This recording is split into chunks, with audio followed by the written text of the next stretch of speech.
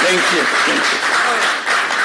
জাতিসংঘের অধিবেশনে অংশ নিতে ডক্টর ইউনূসের সফরসঙ্গী হয়ে এই মুহূর্তে নিউ ইয়র্কে রয়েছেন এনসিপি নেতা আখতার হোসেন। সেখানেই একটি মিটিংয়ে ঘটেছে চমকপ্রদ ঘটনা। বেগানা এক নারী আখতারের সাথে হাত মেলাতে এলে আখতার হাত মেলাতে অস্বীকৃতি জানান, যে ঘটনা দেশব্যাপী আলোচনা সমালোচনার জন্ম দিয়েছে। আমাদের আজকের ভিডিওতে আলোচনা করব আখতার হোসেনকে নিয়ে। কে এই আখতার হোসেন, কেন তিনি ওই নারীর সাথে হাত মেলালেন না, এ বিষয়ে কি বলছে দেশের মানুষ, এছাড়াও কিভাবে দেশ, মাটি ও মানুষের নেতা হয়ে ওঠেন আখতার হোসেন, সেসব বিষয়ে বিস্তারিত জানতে ভিডিওটি 1 সেকেন্ডও না টেনে শেষ পর্যন্ত দেখতে থাকুন। নিউ ইয়র্কে বিশেষ এক মিটিংয়ে অংশ নিয়েছিলেন ডক্টর ইউনূস, তাসনিম জারা এবং আখতার হোসেন। এই সময় প্রধান উপদেষ্টা ওই নারীর কাছে আখতার হোসেনকে রাজপথের যোদ্ধা হিসেবে পরিচয় করিয়ে দেন। তখন ওই নারী সাধারণ সৌজন্যবোধের অংশ হিসেবে আগেই আখতার হোসেনের দিকে হাত বাড়িয়ে দেন, কিন্তু আখতার সবাইকে অবাক করে হাত মেলাতে অস্বীকৃতি জানান। অনেকে মনে করছেন ওই নারী হাত না মেলানোতে ওই নারী অপমানিত হয়েছেন, যদিও এ সময় আখতারকে খুবই বিনয়ী দেখা যায়। এমন ওই নারীর সাথে কথা বলতে দেখা যায়। সম্ভবত এ সময় আখতার ওই নারীকে বোঝানোর চেষ্টা করেন তিনি আদর্শগত দিক থেকে হাত মেলাননি। পরক্ষণে ওই নারীর সাথে হাত মেলান তাসনিম জারা। মূলত এ ঘটনায় ছবি ভাইরাল হয়ে যায় মুহূর্তেই। কেউ কেউ আখতারের সমালোচনা করেছেন, আবার কেউ প্রশংসাও করেছেন। সমালোচনা করে একজন লিখেছেন, সারাদিন বেগানা নারী নিয়ে ঘুরে হাসি ঠাট্টা খেলাধুলা করে, মিছিল মিটিং এই সংঘর্ষে হয়, তখন কোনো সমস্যা হয় না, কিন্তু মায়ের বয়সে একজন বৃদ্ধার সাথে হাত মেলানো যাবে না, এটা কেমন কথা। অনেকে আখতারকে তালেবান বলেও কটাক্ষ করেছেন, যদিও সমালোচনার চেয়ে প্রশংসায় বেশি পাচ্ছেন আখতার। আহমেদ নামে একজন প্রশংসা করে লিখেছেন, আজকের এই দৃশ্য যেন হৃদয় কাঁপিয়ে দিল। বাংলাদেশের তরুণ ছাত্রনেতা আখতার হোসেন সাহসিকতার সাথে দেখিয়ে দিলেন আল্লাহর বিধান মানা মানে আধুনিক দুনিয়া থেকে পিছিয়ে পড়া নয়, বরং সম্মানের এক অদম্য প্রতীক। তিনি আরও লিখেন, আখতার ভদ্রমহিলার সাথে হাত মেলালেন না, এটা হয়তো অনেকের চোখে ছোট্ট বিষয়, কিন্তু আমাদের ইমানদার হৃদয়ের একটা বিশাল এক শিক্ষা। চারপাশে যখন মানুষ পরিচয় আর নীতিবোধ ভুলে যায়, তখন একজন তরুণ নেতা নিজের ইমানি দৃঢ়তায় দাঁড়িয়ে বললেন, আমি আল্লাহর সন্তুষ্টির জন্য সীমারেখা মানি। আমার বুকটা গর্বে ভরে গেল, আনন্দে চোখ ভিজে উঠল। মনে হলো, হ্যাঁ, এ জাতির মাটিতে এখনো এমন সন্তান জন্ম নেয় যারা আল্লাহর জন্য মাথা নত করে, কিন্তু অন্যায় ও অশ্লীলতার সামনে মাথা উঁচু রাখে। আল্লাহ আখতার হোসেন ভাইয়ের মতো মানুষদের কবুল করুন। তার পদক্ষেপ যেন হয় তরুণ প্রজন্মের জন্য আলোর দিশা। জাতি যেন এই ভাইদের মতো ইমানদার নেতৃত্ব পায়, যারা দিন ও দেশ দুটোই সমানভাবে আগলে রাখবে ইনশাআল্লাহ। এদিকে ইসলাম ধর্ম বেগানা নারীর সাথে হ্যান্ডশেক করতে পরিষ্কারভাবে নিষেধ করা হয়েছে। সহিহুল জামির 4921 নম্বর হাদিসে বলা হয়েছে, মহানবী সাল্লাল্লাহু আলাইহি ওয়াসাল্লাম বলেন, বেগানা কোনো মহিলাকে স্পর্শ করার চাইতে কারো মাথায় লোহা দিয়ে আঘাত করাও তার জন্য অনেক উত্তম, কারণ বেগানা নারী তার জন্য হালাল নয়।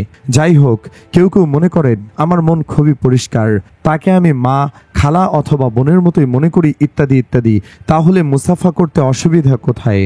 আমরা তাদেরকে বলবো, আপনার চাইতেও বেশি পরিষ্কার ছিল রাসূলুল্লাহ সাল্লাল্লাহু আলাইহি ওয়াসাল্লামের অন্তর। তিনি যে কোনো বেগানা মহিলার সাথে মুসাফা করতে অস্বীকৃতি জানান। বর্তমান সমাজে এমনও কিছু আত্মমর্যাদাহীন লোক রয়েছে যাদের নেককার স্ত্রী, মেয়ে ও বোনেরা বেগানা পুরুষের সাথে মুসাফা করতে রাজি নয়, চাইতা লজ্জাবশত হোক অথবা ইমানি চেতনার দরুন। তবুও এই ধর্মহীন লোকেরা মানুষকে উক্ত কাজ করতে বাধ্য করে। তাদের একথা মনে রাখা উচিত যে একবার যদি তাদের লজ্জা উঠে যায়, দ্বিতীয়বার তা ফিরিয়ে আনা অবশ্যই অসম্ভব হয়ে দাঁড়াবে, এবং তাদের নিজেদের ব্যাপারেও একথা চিন্তা করা দরকার যে যার লজ্জা নেই তার ইমানও নেই। পরিশেষে বলতে চাই, আখতার হোসেন তাসনিম জারাদের মতো নারীদের সাথে রাজনীতি করছেন, সেটা নিয়ে সমালোচনা হতে পারে, কিন্তু বেগানা নারীর সাথে হাত না মিলিয়ে তিনি মোটেও মন্দ করেননি। উল্লেখ্য, সম্প্রতি নিউ ইয়র্কে ডিম নিক্ষেপ করা হয় আখতার হোসেনের ওপর। আখতার হোসেন একজন পরিচ্ছন্ন রাজনীতির আলোকিত মুখ। নিউ ইয়র্কে আখতার হোসেনের ওপর স্বৈরাচার আওয়ামী লীগ কর্মীরা ডিক নিক্ষেপ করলেন। এ ধরনের গর্হিত কাজ মূলত সন্ত্রাসী আওয়ামী লীগের চরম হতাশা এবং অসহায়ত্বের বহিঃপ্রকাশ। ছোটবেলায় কাউকে খেলায় না নিলে সে চুপিসারে এমন একটা আকাম করত যে পুরো খেলার পরিবেশটাই নষ্ট হয়ে যেত। আওয়ামী লীগ সমর্থকরা যেন এমনই কিছু করে তৃপ্তির ঢেকুর গিলল।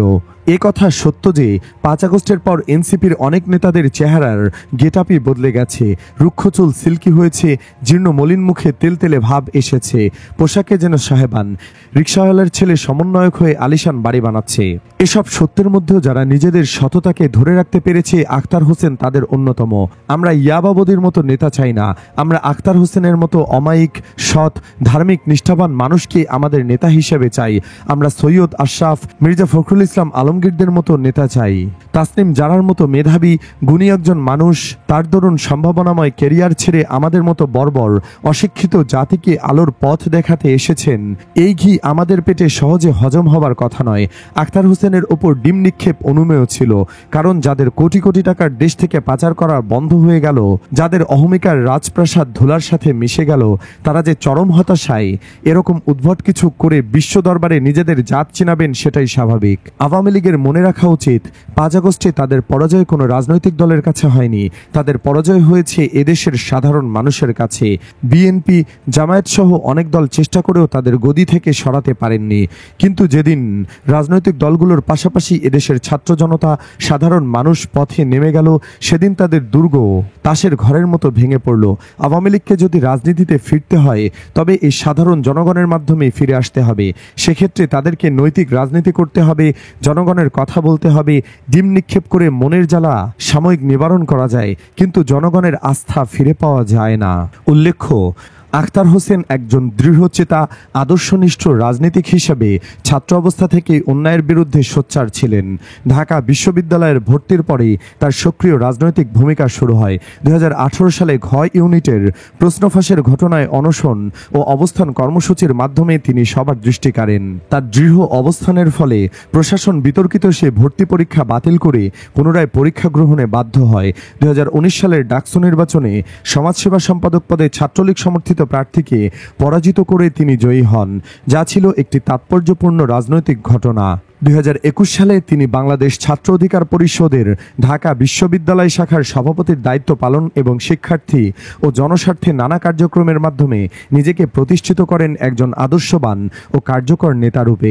2024 সালের জুলাই মাসে দীর্ঘ 36 দিনের ঐতিহাসিক কোটা সংস্কার আন্দোলন থেকে গণ অভ্যুত্থান, এই সময়ে তিনি নির্দলীয় ছাত্র সংগঠন গণতান্ত্রিক ছাত্র শক্তির আহ্বায়ক হিসেবে নেতৃত্ব দেন, যা তাকে আরও একবার ছাত্র জনতার আস্থার কেন্দ্রবিন্দুতে নিয়ে আসে।